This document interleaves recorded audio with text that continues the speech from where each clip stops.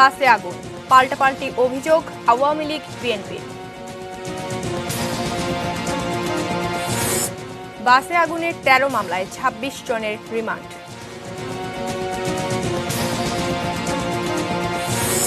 করোনায় আরও ১৯ জনের মৃত্যু।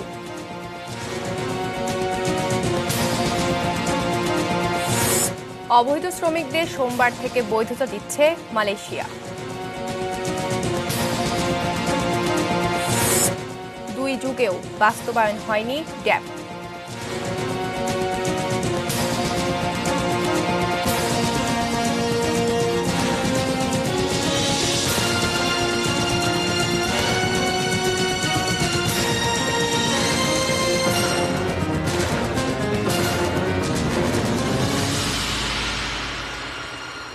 এটি নিউজ দেখছেন, সন্ধ্যা ৬টা নিউজ আওয়ারের সঙ্গে আছি আমি মিসাবিন মুনিয়া। শিরোনামগুলো শুনছিলেন।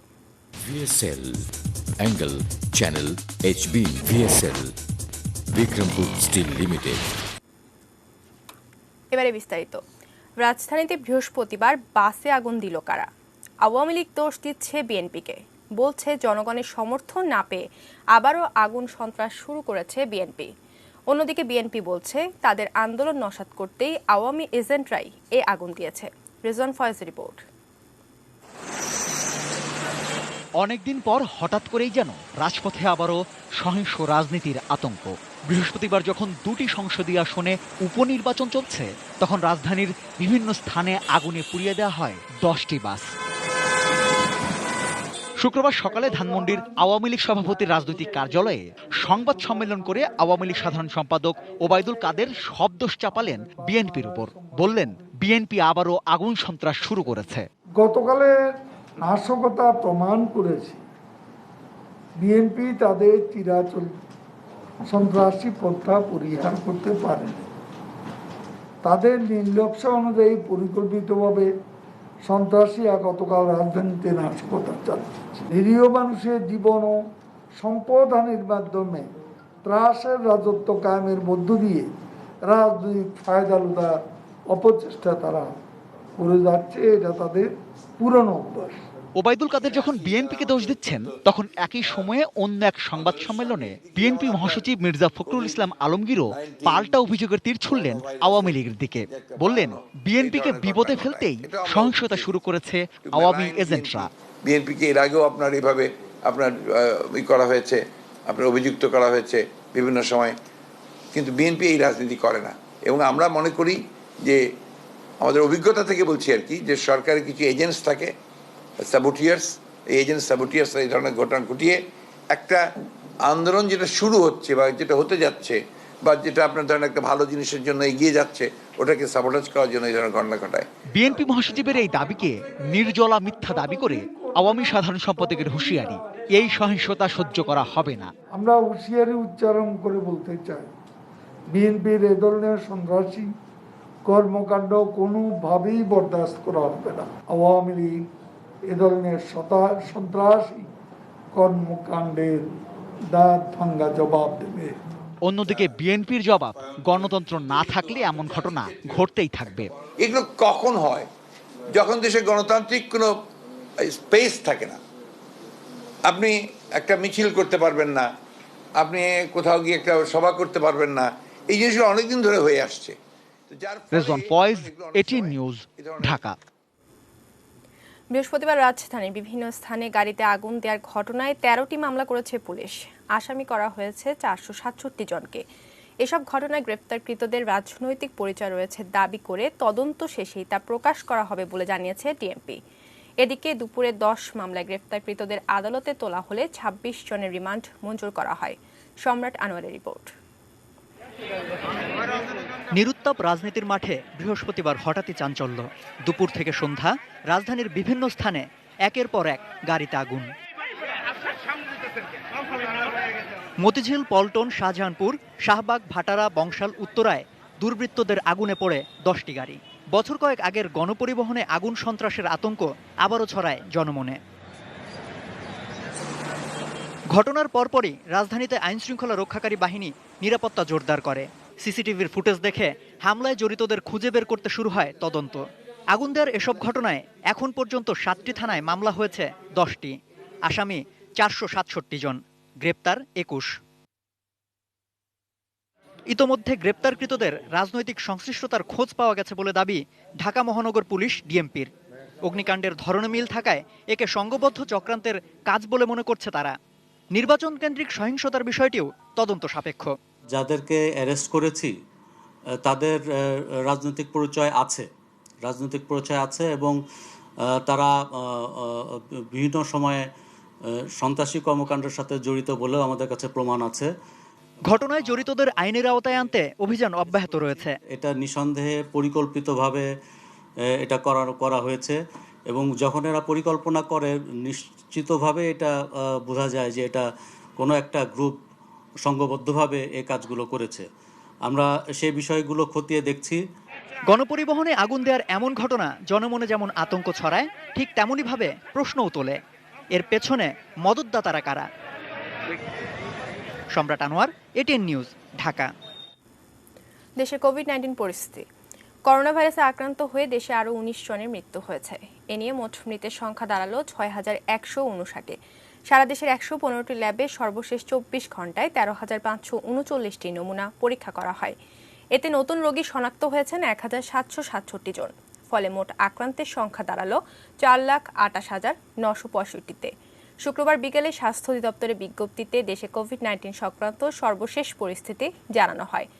অধিদপ্তরের হিসেবে চিকিৎসাধীন আরও 1,519 জন রোগী সুস্থ হয়েছেন। এ নিয়ে মোট সুস্থ হলেন 3,46,387 জন।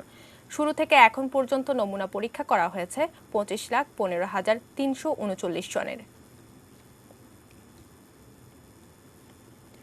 দেশের বাইরের খবর। অবৈধ অভিবাসী শ্রমিকদের বৈধতা দেওয়া সহ 2টি পরিকল্পনা বাস্তবায়ন করতে যাচ্ছে মালয়েশিয়া। সোমবার থেকে এই পরিকল্পনাগুলোর বাস্তবায়ন শুরু হবে। বৃহস্পতিবার দেশটির স্বরাষ্ট্রমন্ত্রী দাতুক সেরি হামজা জাইনুদ্দিন এই ঘোষণা দিয়েছেন। হামজা জাইনুদ্দিন জানান, 2টি পরিকল্পনার একটি হলো অবৈধ শ্রমিকদের বৈধভাবে নিয়োগ। তবে এর ফলে স্থানীয়দের কর্মসংস্থান হুমকির মুখে পড়বে না বলে আশ্বস্ত করেন তিনি। অপর পরিকল্পনায় অবৈধ অভিবাসীরা নির্দিষ্ট শর্তে স্বেচ্ছায় নিজ নিজ দেশে ফিরতে পারবেন। তিনি বলেন, এই পরিকল্পনা বাস্তবায়নে সরকার কোনো ব্যয় বহন করবে না। অবৈধ অভিবাসী ও তাদের নিয়োগকর্তাদের কাছ থেকে 95 মিলিয়ন রিঙ্গিট পাওয়ার প্রত্যাশা করছে মালয়েশিয়া সরকার। দেশটিতে বাংলাদেশি আছেন প্রায় 5 লাখ। ধারণা করা হয় এদের মধ্যে 1.5 থেকে 2 লাখই অবৈধ। এই বাংলাদেশিরা সহ বিভিন্ন দেশে প্রায় 30 লাখ অবৈধ অভিবাসী এখন বৈধ হওয়ার সুযোগ পেলেন।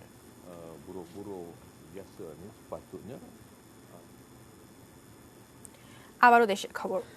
2 যুগেও বাস্তবায়ন হয়নি রাজধানী ঘিরে নেওয়া বিশদ অঞ্চল পরিকল্পনা বা ড্যাপ।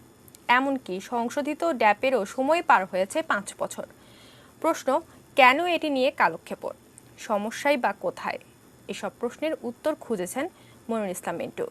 তার 3 পর্বের ধারাবাহিক রিপোর্টে আজ দেখুন প্রথম পর্ব। 2010 সালের 22 জুন 1528 বর্গ কিলোমিটার এলাকার জন্য একটি মহাপরিকল্পনা গেজেট আকারে প্রকাশ হলে বাসযোগ্য ঢাকা গড়ার নতুন আশা সঞ্চার হয়েছিল।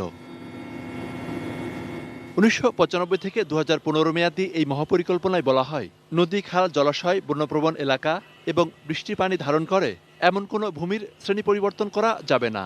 ড্যাপ পর্যালোচনা সংক্রান্ত সরকারি কমিটি সে সময় 16টি আবাসন প্রকল্প ও স্থাপনা, 2724টি শিল্প প্রতিষ্ঠানকে ড্যাপের সঙ্গে অসঙ্গতিপূর্ণ উল্লেখ করে সেগুলো সরিয়ে নিতে বলা হয়। কিন্তু ড্যাপের 74% নীতি এখনো বাস্তবায়ন হয়নি।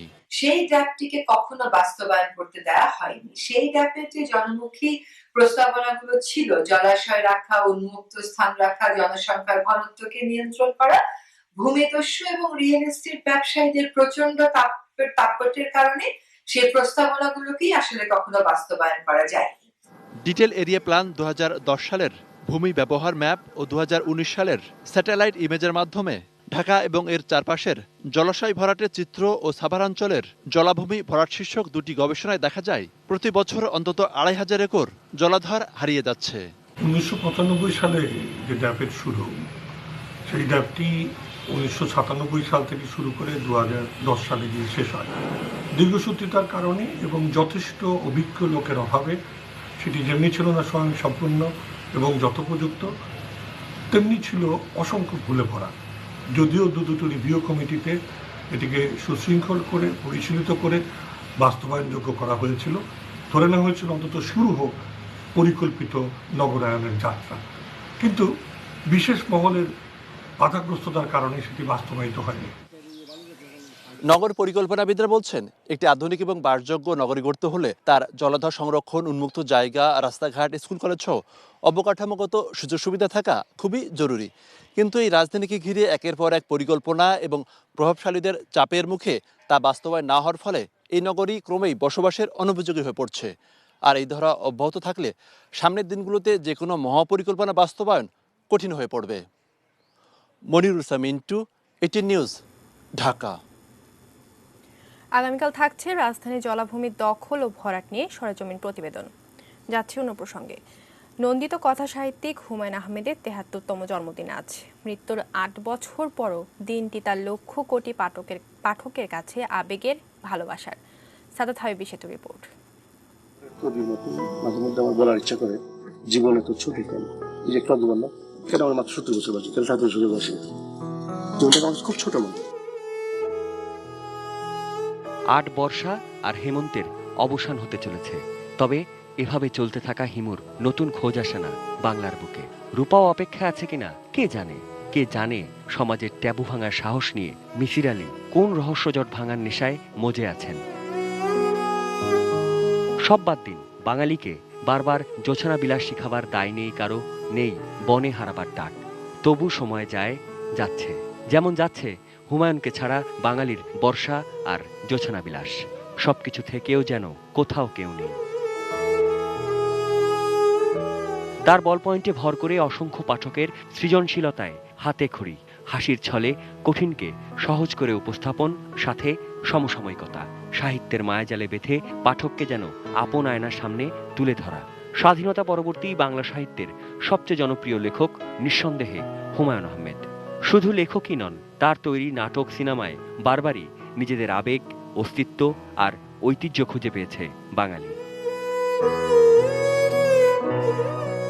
মৃত্যু চরম সত্য, তবে হুমায়ুন প্রেমীরা এই সত্যটাকে অস্বীকার করবেন, সেটাই স্বাভাবিক।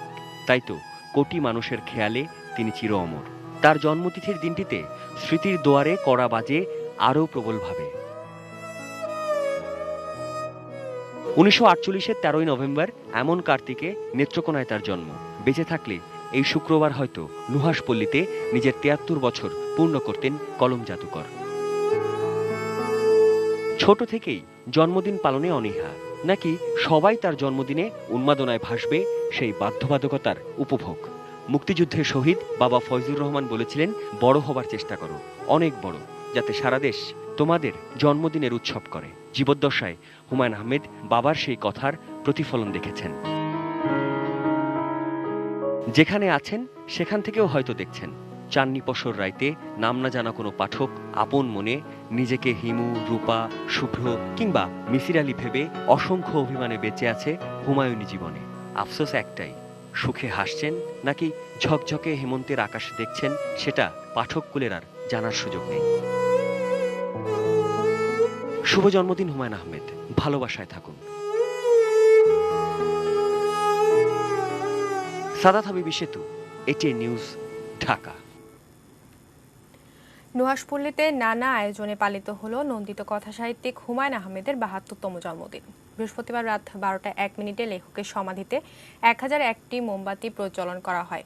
সকালে লেখকের আত্মার শান্তি কামনা করে তার পরিবার, ভক্ত ও শুভানুধ্যায়ীরা সমাধিতে ফুল দিয়ে শ্রদ্ধা জানান। পরে লেখকের মুরালের সামনে কেক কাটেন তার স্ত্রী, ২ ছেলে নিশাত ও নিনিত সহ উপস্থিত ভক্তরা। কথা সাহিত্যিক হুমায়ুন আহমেদ ১৯৪৮ সালের ১৩ নভেম্বর নেত্রকোনার কেন্দুয়ায় জন্মগ্রহণ করেন। ২০১২ সালের ১৯ জুলাই ক্যান্সারে আক্রান্ত হয়ে প্রয়াত হন তিনি। এখনকার প্রজন্ম হুমায়ুন আহমেদকে নতুন করে পড়ছেন, পড়া যারা মাত্র শুরু করেছেন তাদের কাছে কৃতজ্ঞ যে তারা হুমায়ুন আহমেদকে পড়ছেন এবং হুমায়ুন আহমেদের লেখার ভেতরকার যে রস, যেই বোধ, যেই মানবিকতা, সেগুলো তারা বুঝতে পারছেন এবং তারা সেটাকে তারা ধন্যবাদ জানাচ্ছেন বিভিন্নভাবে যে তারা হুমায়ুন আহমেদকে আগে পড়েননি, পড়ে তারা বুঝতে পারছেন যে হুমায়ুন আহমেদ একজন কত বড় লেখক ছিলেন। সময় হলো ২২টি বিরতি নেওয়ার, বিরতির পর যা থাকছে।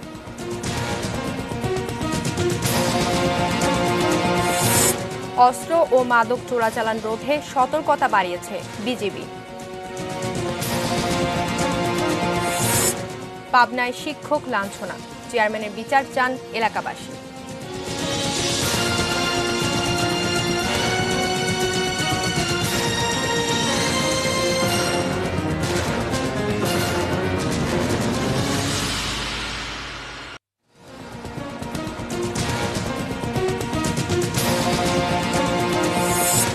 বাসে আগুন, পাল্টাপাল্টি অভিযোগ আওয়ামী লীগ বিএনপির।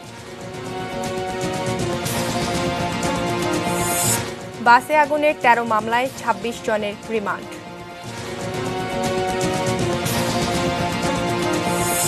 করোনায় আরও ১৯ জনের মৃত্যু।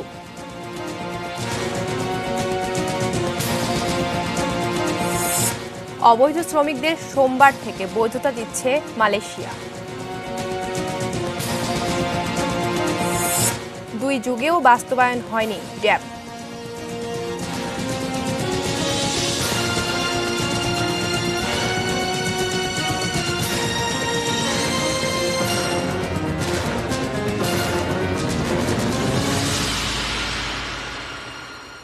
আবার আমন্ত্রণ জানাচ্ছি ৬টা নিউজ আওয়ারে। ধন্যবাদ সঙ্গে থাকার জন্য। যাচ্ছি অন্যান্য খবরে। সীমান্তে স্পর্শকাতর ও ঝুঁকিপূর্ণ অংশে জঙ্গি কার্যক্রম, অস্ত্র ও মাদক চোরাচালান রোধে সতর্কতা বাড়িয়েছে সীমান্তরক্ষী বাহিনী, বর্ডার গার্ড বাংলাদেশ, বিজিবি। আন্তঃসীমান্ত সন্ত্রাস দমনে নজরদারি ও সক্ষমতা বাড়াতে বিজিবি এয়ার উইংয়ের অত্যাধুনিক 2টি হেলিকপ্টারের টহল ও সার্ভিলেন্স কার্যক্রম জোরদার করা হয়েছে। আহমেদ রাব্বি তানমির রিপোর্ট। ভারত ও মিয়ানমারের সঙ্গে ৫৩৯ কিলোমিটার অরক্ষিত সীমান্ত এলাকায় নতুন ৬২টি বর্ডার অবজারভেশন পোস্ট বিওপি নির্মাণের মাধ্যমে ৪০১ কিলোমিটার সীমান্ত এলাকা এখন বিজিবির নজরদারিতে আনা হয়েছে।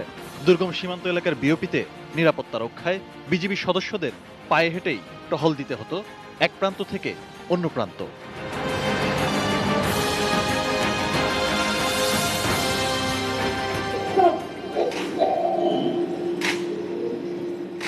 সীমান্তে নিরাপত্তা নিশ্চিতে চ্যালেঞ্জ মোকাবিলায় বাহিনীর সক্ষমতা ও নজরদারি বাড়াতে সরকার বিজিবির নবগঠিত এয়ার উইংয়ে অটো পাইলট সিস্টেমে পরিচালিত 2টি অত্যাধুনিক MI-171E সিরিজের হেলিকপ্টার সংযুক্ত করেছে।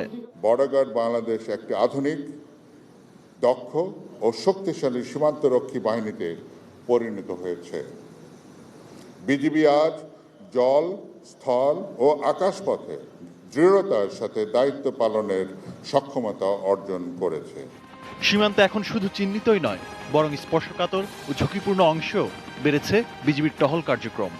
MI-171 সিরিজের হেলিকপ্টার 2টি সবচেয়ে অত্যাধুনিক এবং যে কোনো আর্দ্রতায়, যে কোনো আবহাওয়ায় এটি উদ্ধার কাজ এবং অপারেশনাল কার্যক্রম পরিচালনা করতে সক্ষম। বিশেষ করে সীমান্ত এলাকায় যে আন্তঃদেশীয় অপরাধগুলো হয়, অস্ত্র, গোলাবারুদ চোরাচালান, মাদকের চোরাচালান, এই এয়ারউইং সংযুক্তির মাধ্যমে বিজিবি যে কোনো অবস্থায় সীমান্তের যে লম্বা এলাকাগুলো রয়েছে, বিশেষ করে প্রতিবেশী দেশ ভারত ও মিয়ানমারের যে সীমান্তরক্ষী বাহিনীগুলো রয়েছে, তাদের তুলনায় আরও বেশি সক্ষমতা অর্জন করল। চোরাচালান প্রতিরোধে টহল কার্যক্রম গতিশীল করতে 120টি এটিভি, 12টি এপিসি এবং 10টি রাইট কন্ট্রোল ভেহিকল কেনা হয়েছে। নিরাপত্তা জোরদারে 328 কিলোমিটার সীমান্তে স্মার্ট ডিজিটাল সার্ভিলেন্স ও টেকনিক্যাল রেসপন্স সিস্টেম স্থাপন করা হচ্ছে। টেকনাফ, কক্সবাজার, নওগাঁ, চাঁপাইনবাবগঞ্জ জেলার সর্বমোট 80 কিলোমিটার এলাকায় বর্ডার সার্ভিলেন্স এবং রেসপন্স সিস্টেম স্থাপনের কার্যক্রম প্রায় শেষ পর্যায়ে এসেছে। সম্প্রতি অস্ত্র ও মাদকের চালান বন্ধে মিয়ানমার সীমান্তরক্ষী বাহিনীর সাথে পতাকা বৈঠকের মাধ্যমে সন্ত্রাসী ও মাদক কারবারিদের তথ্য আদান প্রদানও আগের চেয়ে বাড়িয়েছে বিজিবি। ইয়াবার বিষয় নিয়ে তাদের সাথে আমাদের কথা হয়েছে, তারা আমাদের সাথে, তারা এই ব্যাপারে তারা খুবই পজিটিভ। তারাও আমাদেরকে বিভিন্ন তথ্য দেখিয়েছে এবং তারা ইতিপূর্বে আমাদেরকে চিঠি দিয়েও জানিয়েছে বিভিন্ন সময় তারা তাদের দেশেও ইয়াবা করছে। আহমেদ রাব্বি তানিম, 18 নিউজ, ঢাকা। রাজস্ব খাতে চাকরি স্থানান্তর ও সরকারি স্কেল অনুযায়ী বেতন প্রদানের দাবিতে প্রেস ক্লাবের সামনে অবস্থান নিয়েছেন সরকারি কলেজের বেসরকারি কর্মচারীরা। গত 8 নভেম্বর থেকে জাতীয় প্রেস ক্লাবের সামনে অবস্থান কর্মসূচি পালন করছেন তারা। সংগঠনের নেতারা জানান, বিভিন্ন সরকারি কলেজে বিগত 5 থেকে 20 বছর ধরে অধ্যক্ষ গণের মাধ্যমে বেসরকারি তৃতীয় ও চতুর্থ শ্রেণীর কর্মচারী হিসাবে নিয়োগপ্রাপ্ত হয়েছেন তারা। একজন সরকারি কর্মচারীর বেতন যেখানে প্রায় 25,000 টাকা, সেখানে মাসিক বেতন হিসেবে বেসরকারি কর্মচারীরা পাচ্ছেন 3 থেকে 6,000 টাকা। 2013 সাল থেকে মানববন্ধন, স্মারকলিপি প্রদান সহ নানা কর্মসূচির মাধ্যমে তাদের দাবি জানানো হলেও কোনো ব্যবস্থা নেওয়া হচ্ছে না বলে অভিযোগ করেন তারা।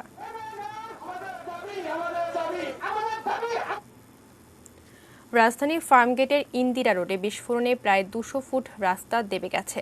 সুয়ারেজের লাইন থেকে নাকি গ্যাস সরবরাহের লিকেজের কারণে বিস্ফোরণ ঘটেছে তা খতিয়ে দেখছে তিতাস গ্যাস কর্তৃপক্ষ।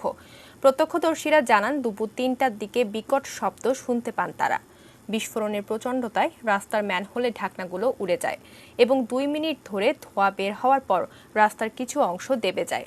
তবে রাস্তায় পথচারী ও যানবাহনের চাপ না থাকায় কেউ হতাহত হয়নি। খবর পেয়ে ফায়ার সার্ভিস ও তিতাস গ্যাস কর্তৃপক্ষের কর্মীরা দ্রুত ঘটনাস্থলে পৌঁছায়।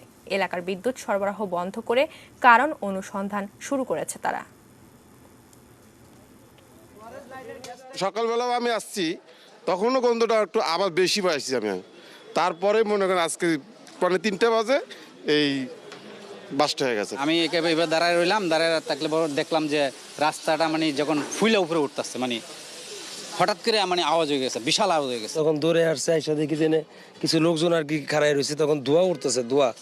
পরে এখানে দেখলাম অনেকে ভিডিও করছে, ইএমআই করছে, করে পরে ফোন দেওয়া যে ফায়ার ব্রিগেডের গাড়ি এসে। আমরা এর আগে অভিযোগ করছিলাম আমাদের 27 নম্বর রোডে অনেক লাইনে লিকেজ, তিতাস গ্যাসকে আমরা কমপ্লেন জানাই দিছি। এটা হলো তারিখ হলো আপনার 13 অক্টোবর।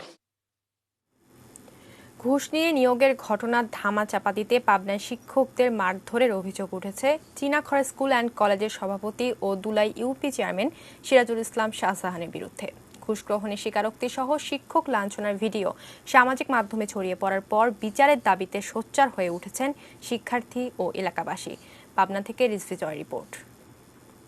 সুজানগর উপজেলার চীনাখড়া স্কুল অ্যান্ড কলেজের এই নিয়োগ বিজ্ঞপ্তি প্রকাশের তারিখ 2015 সালের 20 অক্টোবর, অথচ পত্রিকার শিরোনামে সংযোজিত মুজিব বর্ষের লোগো। ফলে ঘুষের বিনিময়ে গোপনে ছাপা এই বিজ্ঞপ্তিতে 2020 সালের 2 মে আইসিটি বিষয়ে প্রভাষক ও জীববিজ্ঞান বিষয়ে প্রদর্শক পদে 2 জনকে নিয়োগ দেওয়ার বিষয়টি প্রকাশ পায়। উপজেলা নির্বাহী কর্মকর্তার তদন্তে পরিচালনা পরিষদ সভাপতি সিরাজুল ইসলাম শাহজাহান এবং সাবেক অধ্যক্ষের যোগসাজশে বিধি বহির্ভূত নিয়োগের সত্যতাও মিলেছে। যতগুলো বিষয় অভিযোগ দিয়েছিল টোটালের বিষয়ই সত্যতা আছে। দুর্নীতির এ ঘটনা ধামাচাপা দিতে পুনঃতদন্তের আবেদন করেন অভিযুক্ত সভাপতি ও সাবেক অধ্যক্ষ। আর তাতে বর্তমান অধ্যক্ষ সহ শিক্ষকদের স্বাক্ষর করতে চাপ দেন কলেজ সভাপতি। তাতে রাজি না হলে এভাবেই অকথ্য গালাগাল ও মারধর করে সাদা কাগজে শিক্ষকদের স্বাক্ষরও নেন।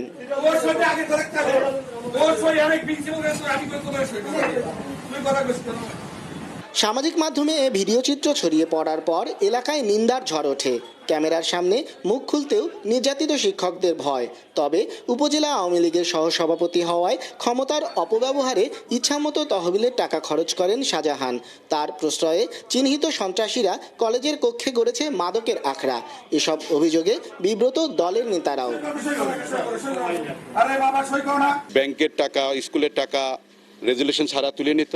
কলেজের কেরানি তাকে জোর করে নিয়ে এসে সই করাইছে। শিক্ষকদের উপর যারা অত্যাচার করেছে তাদের শাস্তি হোক। খুবই লজ্জিত, এটা ভাষায় প্রকাশ করার মতো হয় না। আমরা অন্তত এই ধরনের মানুষের জন্য আমাদের দলের বদনাম হোক সেটা আমরা কখনোই চাই না। অভিযোগের আঙুল যার দিকে সেই সিরাজুল ইসলাম শাহজাহানের দাবি রাজনৈতিক ষড়যন্ত্রে মিথ্যা রটনা। এসব মিথ্যা এবং বানোয়াট, এ ধরনের ঘটনা কোনোদিনও ঘটে নাই। রাজনৈতিকভাবে আমাকে হেয় প্রতিপন্ন করার জন্য যা করণীয় তাই করতেছে। শিক্ষক শিক্ষার্থীদের নিরাপত্তা ও শিক্ষার পরিবেশ ফেরাতে দ্রুত প্রশাসনিক হস্তক্ষেপ চান এলাকাবাসী। রিজভি জয়, এটিএন নিউজ, পাবনা। সোশ্যাল ইসলামী ব্যাংক লিমিটেড বাণিজ্য সংবাদ।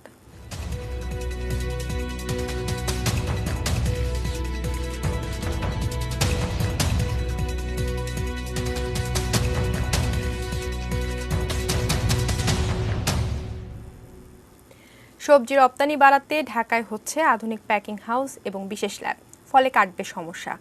রপ্তানির সম্ভাবনা বাড়বে 3 গুণ। আরও জানাচ্ছেন গোলাম কাদের লবু। সবজি উৎপাদনে এক নীরব বিপ্লব বাংলাদেশের। মিলেছে এর আন্তর্জাতিক স্বীকৃতিও। বিশ্বে বাংলাদেশের অবস্থান এখন 3-এ। স্বাধীনতার পর থেকে সবজি উৎপাদন বেড়েছে 5 গুণেরও বেশি। দেশের সবজি বিদেশের মাটিতে, তাও আবার যাচ্ছে মধ্যপ্রাচ্য, ইউরোপ সহ ৪৩টি দেশে। গেল অর্থবছর রপ্তানি হয়েছে ১৬ কোটি ৫০ লাখ ডলারের। অবশ্য রপ্তানি বাড়তে পারে আরও, কিন্তু বড় সমস্যা দেশে নেই আন্তর্জাতিক মানের গ্রহণযোগ্য আধুনিক প্যাকিং হাউস আর টেস্টিং ল্যাব। এবার মিলল সুখবর। ঢাকার পূর্বাঞ্চলে ২ একর জমিতে হচ্ছে প্যাক হাউস আর বিশেষ ল্যাব। প্যাক হাউস এটা সর্টিং হবে, পরিষ্কার পরিচ্ছন্ন করে তারা তাদের মতো করে প্যাকিং করবে। একদম মডার্ন লেটেস্ট টেকনোলজি যেগুলো আছে পরিষ্কার করার জন্য, হিট ট্রিটমেন্ট করার জন্য, তারপর কুলিং সিস্টেম, এগুলো সব কিছু থাকবে। করার পরে যখন একটা প্যাকিং হবে, এখানে একটা মডার্ন ইন্টারন্যাশনালি অ্যাক্রিডিটেড একটা ল্যাব থাকবে।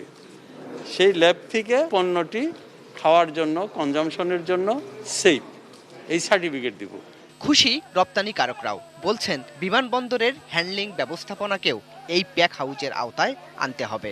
Super market, high value market, ওগুলাতে যেতে হলে কিন্তু আমাদের দেশে আমাদের যে প্যাকিং স্ট্যান্ডার্ড, গুণগত মান, তারপর ট্রেসেবিলিটি, প্যাকেজিং সিস্টেম সবগুলা কিন্তু আপগ্রেডেশন করতে হবে, প্রিকোলিং করতে হবে।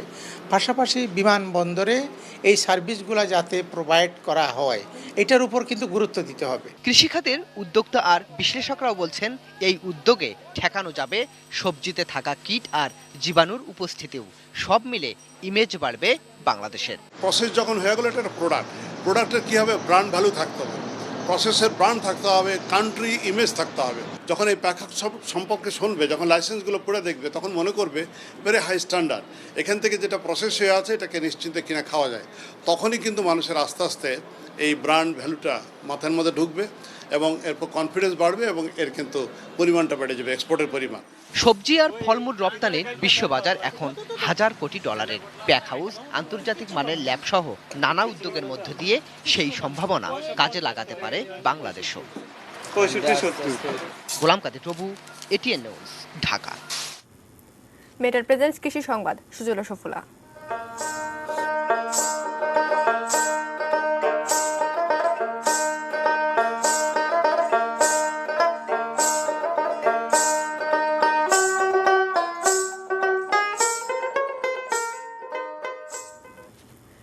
হাওড় জেলা সুনামগঞ্জে কৃষকরা সবজি চাষে সফল।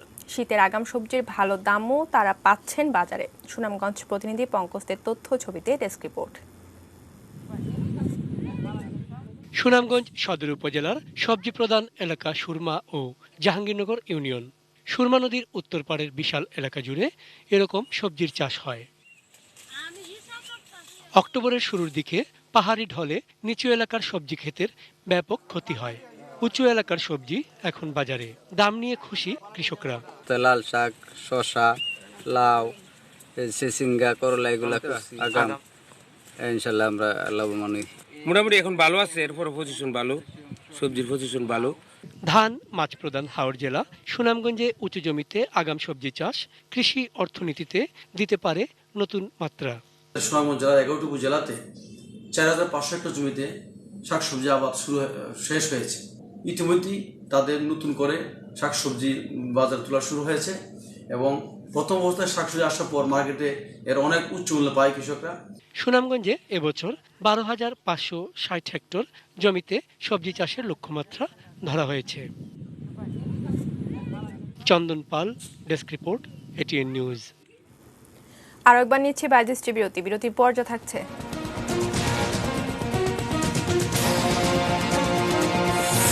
ট্রাম্পের অভিযোগ প্রত্যাখ্যান যুক্তরাষ্ট্রের নির্বাচনী কর্মকর্তাদের। বাংলাদেশ নেপাল মুখোমুখি।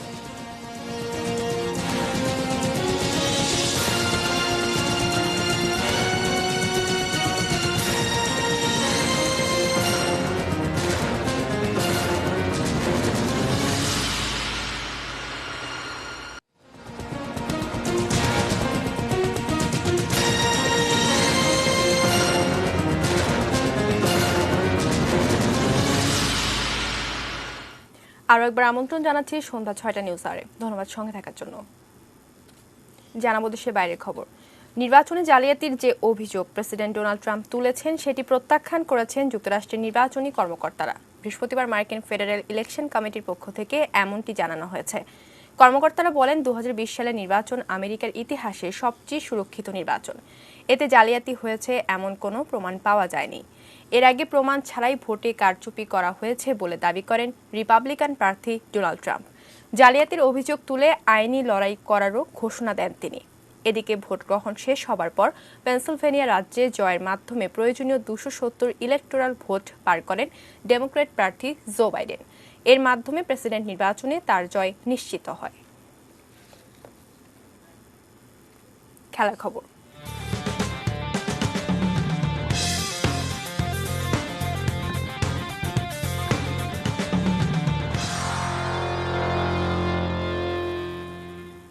দীর্ঘ 10 মাস পর মাঠে ফিরে আন্তর্জাতিক প্রীতি ম্যাচে নেপালের বিপক্ষে প্রথমার্ধের শেষে 2-0 এগিয়ে লাল সবুজের বাংলাদেশ।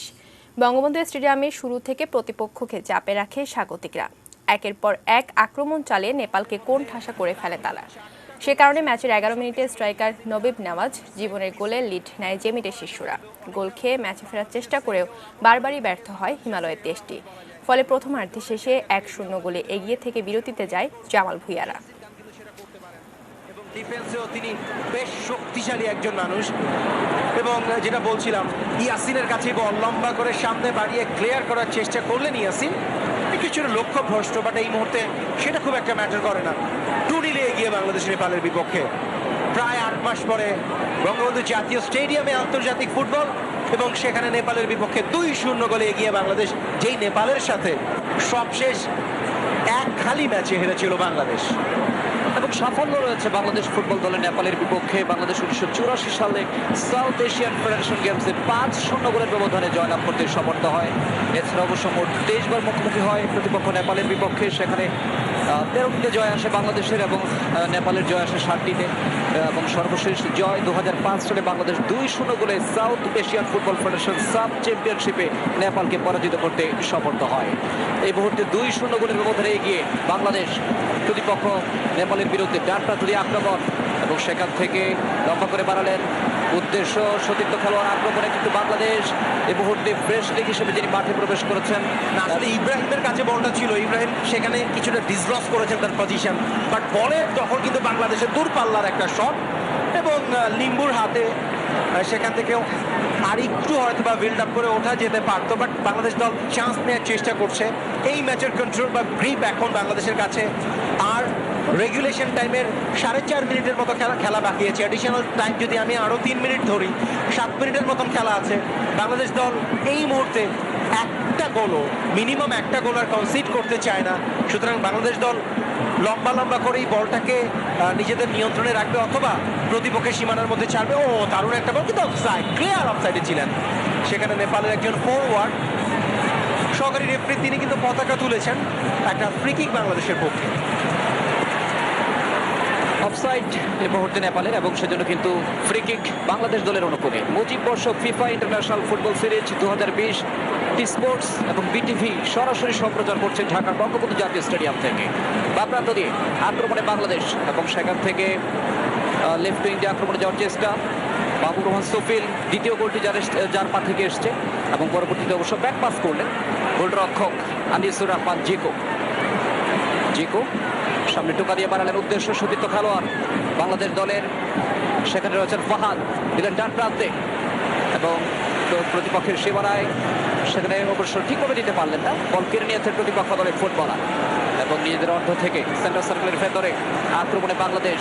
দিলেন বাম প্রান্তে স্কোয়ার পাসের মধ্য দিয়ে প্রতিপক্ষের সীমানায় সেখানে রহমত মিয়া উদ্দেশ্য।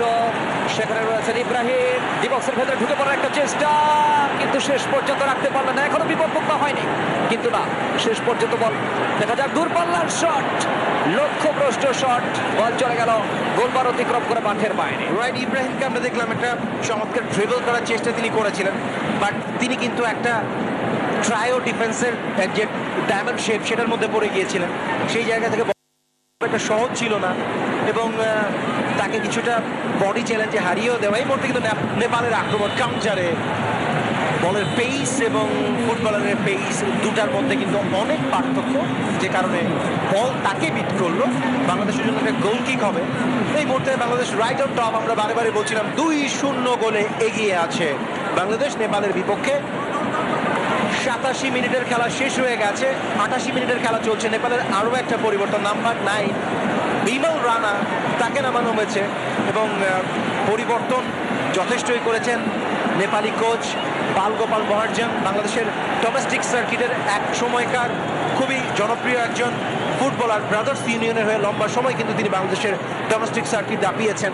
যাই এই মুহূর্তে আক্রমণে ছিল নেপাল, বল কিন্তু ইব্রাহিম ধরেছেন নিজের নিয়ন্ত্রণে। কিছুটা রিদম হারিয়েছেন ইব্রাহিম, সেটা ফ্রম দ্য ভেরি বিগিনিং আমরা ইব্রাহিমকে দেখেছি যে রাইট টিউনে একজন উইঙ্গারের থাকার কথা, সেই টিউনটা কিন্তু ইব্রাহিমের মধ্যে নাই। কিন্তু কোচ তাকে গোটা ম্যাচটাই খেলিয়েছেন, হয়তো ইব্রাহিমকে আরেকটু বেশি ম্যাচ টাইম তিনি দিতে চান। একটা থ্রো, সেটা অবশ্যই বাংলাদেশের পক্ষেই যাবে।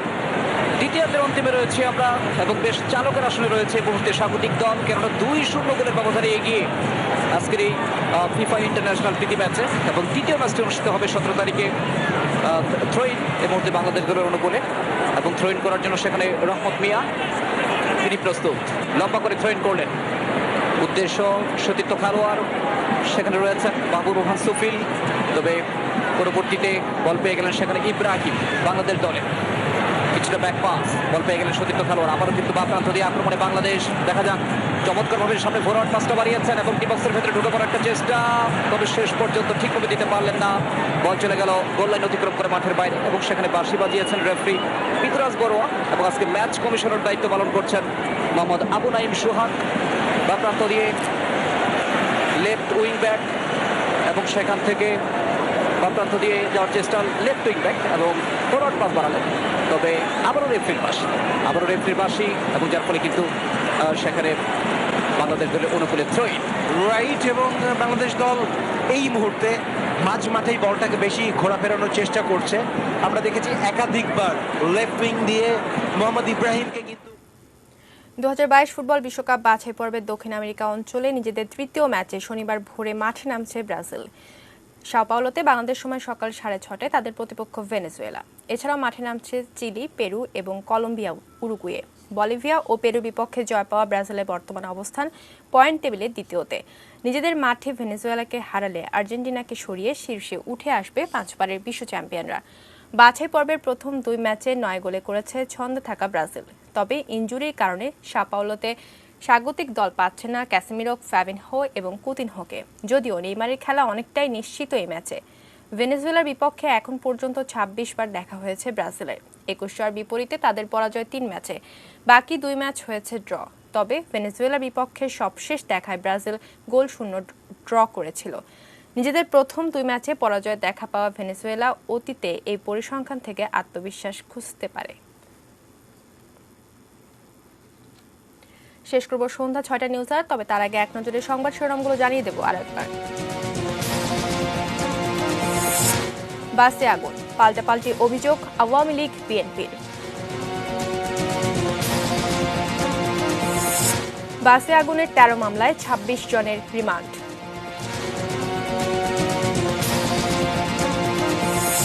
করোনায় আরও 19 জনের মৃত্যু।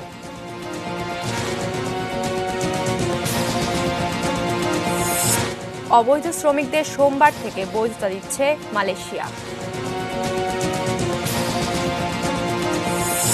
2 যুগেও বাস্তবায়ন হয়নি ড্যাব।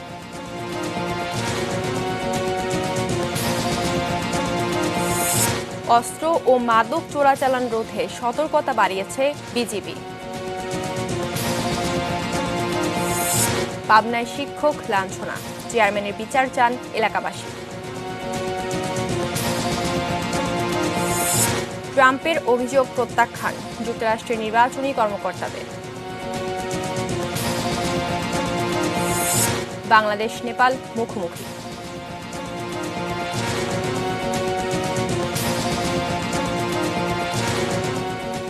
এই ছিল সন্ধ্যা 6টা নিউজ আওয়ার। সঙ্গে থাকুন, দেখতে থাকুন ATN news. ATN news breaking news মোবাইলে পেতে টাইপ করুন ST ART start space N এবং পাঠিয়ে দিন 5959 এই নম্বরে। ধন্যবাদ সবাইকে।